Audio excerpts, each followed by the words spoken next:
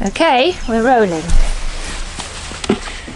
Okay, no. I'm here with my dad, and we're sitting in front of his allotment. It's a particularly grey, horrible day, but of course, allotment you have to come every day, or most days. So I wanted to talk to my dad all about his gardening and things, which have been a big part in his life.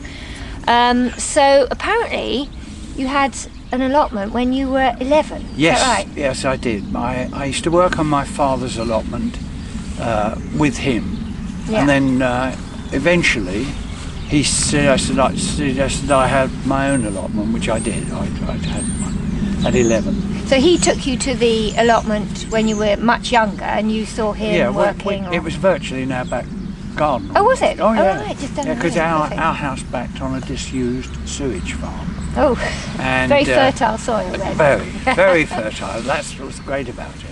And it grew wonderful onions. And I remember I took them to a school fete, and the teacher there asked me if I'd come and grow his onions in his back garden.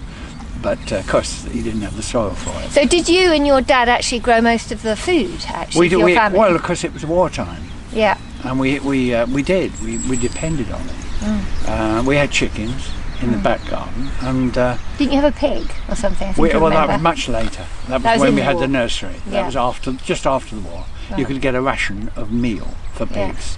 So we did. But then you couldn't kill your pig. No, when they were killed, we couldn't eat them. No. We had to give away the meat. I would be with you there. Yeah. Okay.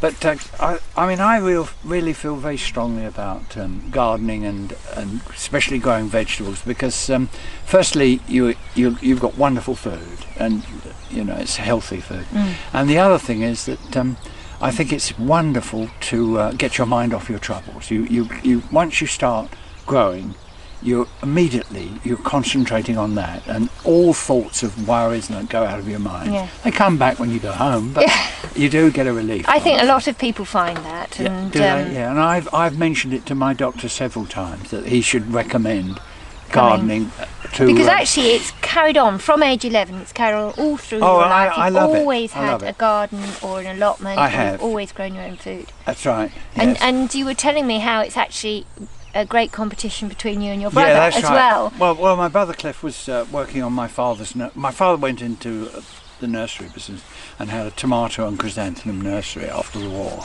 and we helped him on that. And Cliff helped him, and actually Cliff is a very good grower, and we do have a competition every year to see who can get the first tomatoes ripe in our greenhouses. He always wins. Boys will be boys, however old they are. He does. He wins, because I think actually he's often a better grower than me. Yeah. I tend to. My theory about growing vegetables is that the less work you can put in with the maximum result, the better. And so I grow on a raised bed system, and I have paths so that you don't, obviously no weeding. I cut down on weeding as much as I possibly can. Lots of eating, not much work. Yeah, that's right. Lots of food with not as much work. And if you pack your vegetables in and you don't have paths or rows, I grow broadcast systems so that the vegetables are actually crowding out weeds. Yeah. That's and it works. And did you? I mean, your dad taught you all this. He was an excellent, really good grower, and he grew the most wonderful. Pity you haven't passed it on to me.